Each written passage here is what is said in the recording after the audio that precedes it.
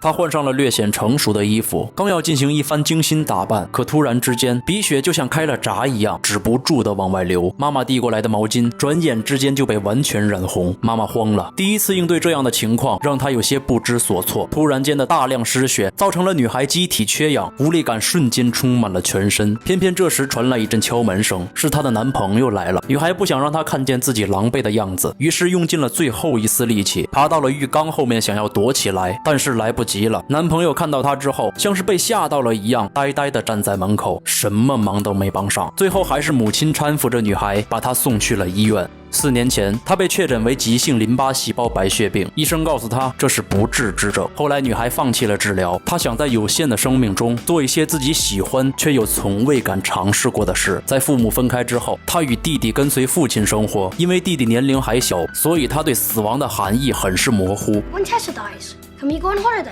女孩没有责怪弟弟的不礼貌，反而她对父亲的某些做法很不喜欢。这天，女孩在房间里收拾着自己的东西，准备拿到院子里烧掉。父亲看到后对她说 Don't do that. Please don't.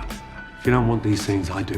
女孩有些不开心，她希望父亲能够像看待正常人一样看待她，而不是像现在这样感觉自己马上就要死掉的样子。在烧照片的时候，女孩碰到了新搬来的邻居，看着男孩帅气的脸庞，还没来得及多说几句话，女孩感觉自己有些不对劲，突然眼前一黑，晕倒在男孩面前。等她再次睁开眼时，依旧是男孩守在她的身边。男孩天真的以为这次的昏倒只不过是低血糖罢了。女孩站起身，她不想让男孩看出她的身体很弱，便匆匆告别离开了。在女孩的床头有一份她早已写好的遗愿清单，然而这大多数都是一些很大胆又很刺激的计划。好在女孩还有一个不离不弃的闺蜜，为了让她不留遗憾，闺蜜很愿意陪她去做那些很疯狂的事，比如在酒吧里往别人头上泼水，又比如一起到商场里偷东西。今天女孩刚走出家门，正好碰上邻居家的帅气男孩。女孩的精神状态似乎有些不对，还没等男孩问她，她就开口向男孩坦白道，是自己吃了些不该吃的药物，才会变成现在这般模样。这时女孩的闺蜜也走了出来，看得出来她又在陪女孩完成那些疯狂的事情了。为了防止女孩惹出麻烦，男孩把她叫上车，说要带她出去兜兜风。这一路上，女孩看着窗外，她好像看见了自己过往的回忆，也好像看见了所向往的爱情，又似乎看到了未来的样子。在我们眼里，这些枯燥且平凡的日子，到了女孩心中，竟是她可望而不可及的生活。她只有不断地安慰自己，告诉自己一切都会好起来的。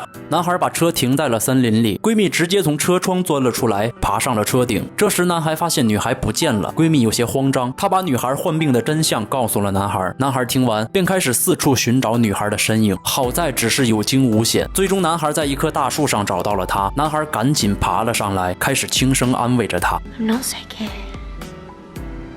I'm not sick anymore. I just need to stay in this wood.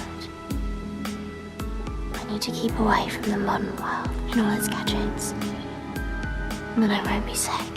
女孩摊牌了，她终于说出了让她头疼很久的事。虽然知道女孩得了绝症，但是男孩好像丝毫没有在意。他带着女孩坐上了公交车，想陪她一起完成那些清单上的事。他会时时刻刻地寻找机会，只为逗女孩一笑，让她可以保持愉悦的心情。男孩带她来到一处悬崖边，在长椅上，男孩向她显露了自己的心事。原来，在他考上大学的时候，他的父亲被一场突如其来的意外带走了生命。这场变故让男孩选择了退学，整日留在家中陪伴母亲。女孩开始鼓励他复学，希望男孩重拾对生活的信心。这时男孩突然问他会不会害怕死亡。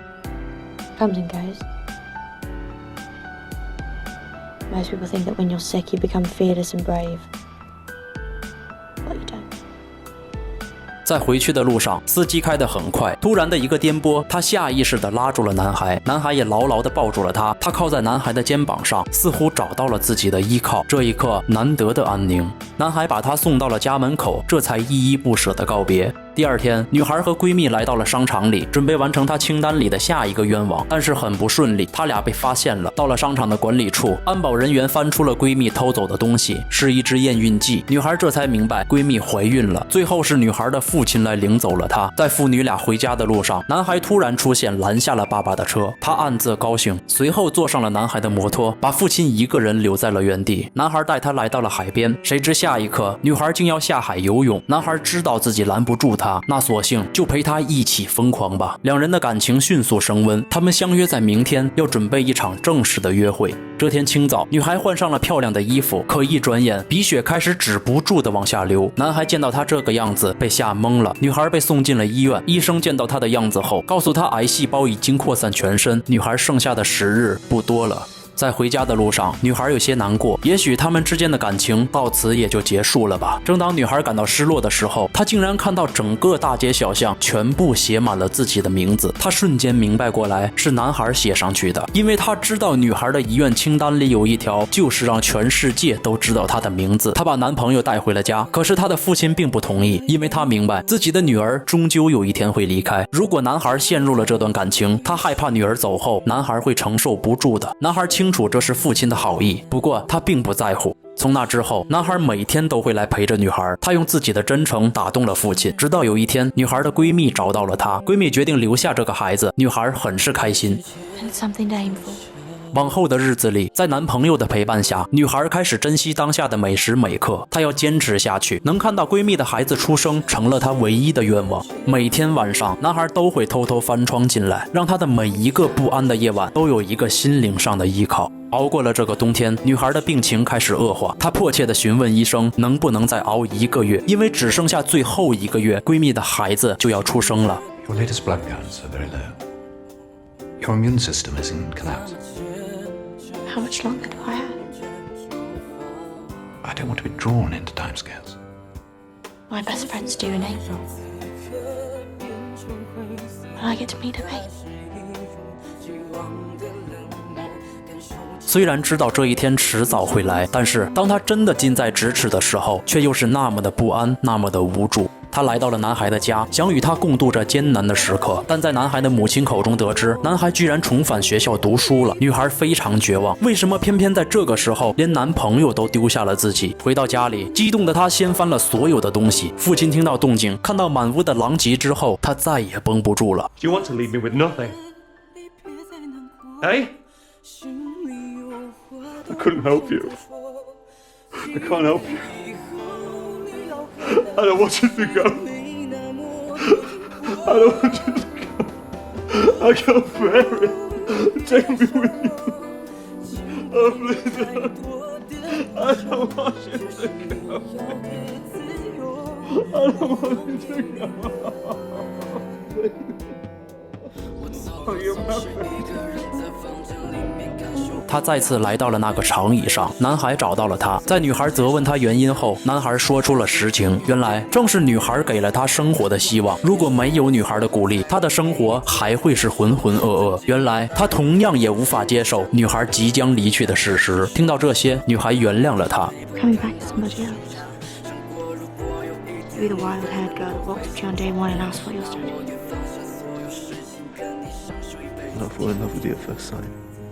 这是他们两个最后的约定。在一片祥和的晚霞下，男孩抱起她，把她送回了家。在女孩生命的最后时刻，医生害怕她感受到疼痛，所以在她的药里添加了吗啡。女孩清醒的时间越来越少，到了这个阶段，男孩更是寸步不离，默默地照顾着女孩的一切。最终，在这一天夜晚，女孩渐渐睡去之后，从小到大的时光像走马灯似的浮现在她的眼前。在这个美丽的梦里，她留起了漂亮的长发，一家人幸福地生活在一起。当然，她最爱的他也在。恍惚间，还有一些声音在最后的时刻环绕在她的耳边。